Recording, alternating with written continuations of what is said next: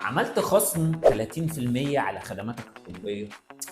خصم 30% قليل، خليته 50% على خدماتك الطبية، محدش جه. تفتكر ليه؟ قلت مثلا المشكلة ممكن تكون في مكان عيادتي، رغم ان عيادتك موجودة في مكان حلو جدا. قلت ممكن يكون المشكلة في اني ما عنديش معدات كويسة، رغم ان الدكتور اللي فاتح في نفس تخصصك على اول الشارع عنده معدات اقل منك ومع ذلك شغال كويس جدا.